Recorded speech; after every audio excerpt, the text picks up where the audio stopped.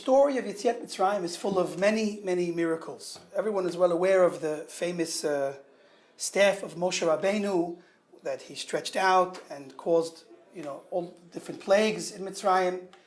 What not everybody is maybe aware of is there's a question brought up, in fact, how many staffs were used to do the miracles in Mitzrayim? Was it one staff, Moshe's the whole time, and on certain occasions it was given to Aaron to do the miracles? Or was there in fact two staffs used? Did Aaron use his own staff to do some of the miracles? This is discussed, and of course, like most discussions in the Torah, you have two opinions, at least two opinions. The first time that this comes up and is discussed is when Hashem tells Moshe and Aaron to come to Pharaoh and to show him signs. And of course, we know that the staff turns into a snake and then turns back into a staff and eats the other snakes. So over there, the pasuk says that Hashem tells Moshe to tell Aaron to take your staff. Now, it's interesting. You would think that it's a very simple statement. Tell Aaron to take your staff. But in fact, in this statement itself, tell Aaron to take your staff, is a point of argument. The question is, what did Hashem mean when he said to tell Aaron to take your staff? Was he saying, Moshe, tell Aaron to take your staff, meaning Moshe's staff? Or was Moshe to tell Aaron to take his own staff? So the Ibn Ezra, one of the classic commentators on the Chumash, he says that it was really Moshe's staff used in that miracle, just like it was Moshe's staff used later when the water was turned to blood. And the phrase, telling Aaron to take your staff, means that it was Moshe's staff. Now others, the Abarbanel and the Kli Yakar, mention that really two staffs were used. And how did that work out? Sometimes Moshe Rabbeinu used his own staff and even gave Aaron his staff, but in this particular case, the case where they went before Pharaoh, it was Aaron's staff that was used. And so the phrase would be understood, take your staff, meaning Aaron, take your own staff and turn it into a snake. And so here is an interesting discussion. Now, in all confusing matters, when there's an ambiguity and there's an argument of what the simple meaning of the text is, we always look to the classic commentator Rashi to help us. So if we go to see what he has to say, perhaps he'll shed some light on the matter. So when you look in Rashi's commentary on this verse, what does Rashi say? If you all look, nothing. He's quiet.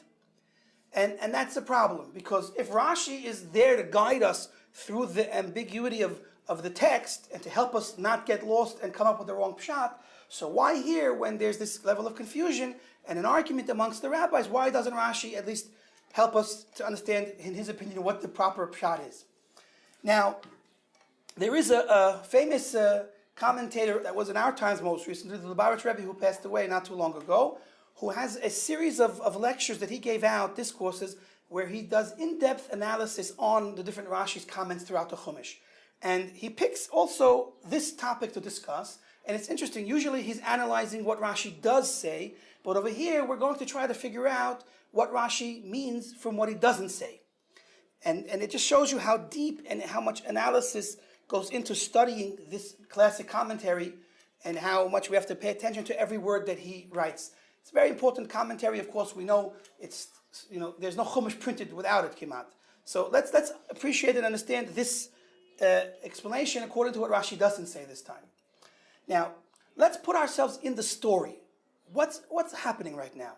The point that Hashem wants to send Moshe and Aaron to Pharaoh is to show Hashem's great might, to show them that Hashem is king of the world, not the Egyptians and not Pharaoh.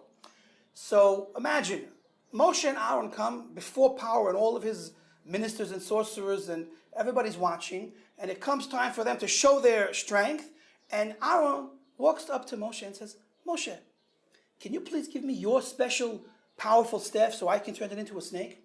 And he does so. Now what happens?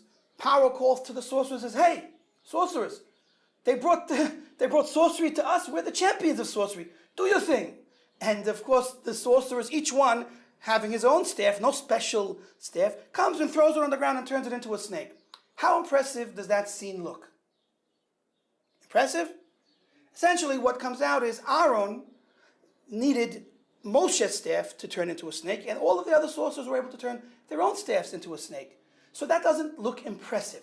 So the Rebbe explains like this, that if one properly understands the storyline and what the point of this miracle is and why they were sent, then there's no comment necessary. It's obvious that the point is that Aaron has to take his own staff to be at least as equal, or if not greater, than all of the other sorcerers. So in this case, we conclude, according to this analysis, that Rashi will maintain that Aaron took his own staff and turned it into a snake. And that idea is so simple that any reader reading should understand that it had to be that way, because the other way makes no sense. So Rashi's being quiet over here is an indication of it being so simple, in his opinion, that a statement is not even necessary. Now, this actual discussion takes a little bit of a deeper turn because the Zohar comments on this point as well. On this Parsha Vayera, the Zohar mentions that the staff of Moshe was extremely holy, very, very holy. It came from the higher realms and it was created during Ben Hashmashot, and it had Hashem's special name written on it. And such a holy staff would never be used to swallow up the Egyptian snakes that they turned into from their staffs. So the Zohar maintains that for sure it was Aaron's staff. And this is an important point we have to understand, because people can become confused. If I'm trying to accomplish a good thing, so the only way to accomplish that good thing is to follow Hashem's rules and maintain a level of Kedusha. You cannot bring a stolen sacrifice and then try to offer it up in the Beis HaMikdash. That's terrible. So we have to understand that in this world, with our job in this world, there are rules and there are clear distinctions. There's out of bounds and there's inbounds. You know, you can do the best catch in the world in a football game, but if you land out of bounds, there's nothing to talk about. And so too here, we can have the best intentions. We can want to save the world. But if we're breaking Hashem's simple rules that are recorded in the Torah in order to save that world, then we're not saving, but rather we're destroying.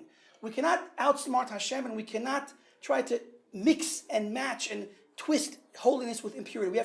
Our job in this world is to stay away from impurity, and that's the greater lesson that we understand. Here in this world, representing Hashem and trying to do Hashem's work, we have to know, just like Moshe's staff was too pure and too holy to internalize within it these contaminated snakes from the sorcerers, we too, in doing Hashem's work in this world, have to maintain a level of purity and not internalize the negative elements and things around us and in the environment that we're in. With this idea, we can hopefully strengthen ourselves this coming Pesach, and we will merit to see the ultimate redemption that we've been waiting for, and Mashiach Tzidkenu.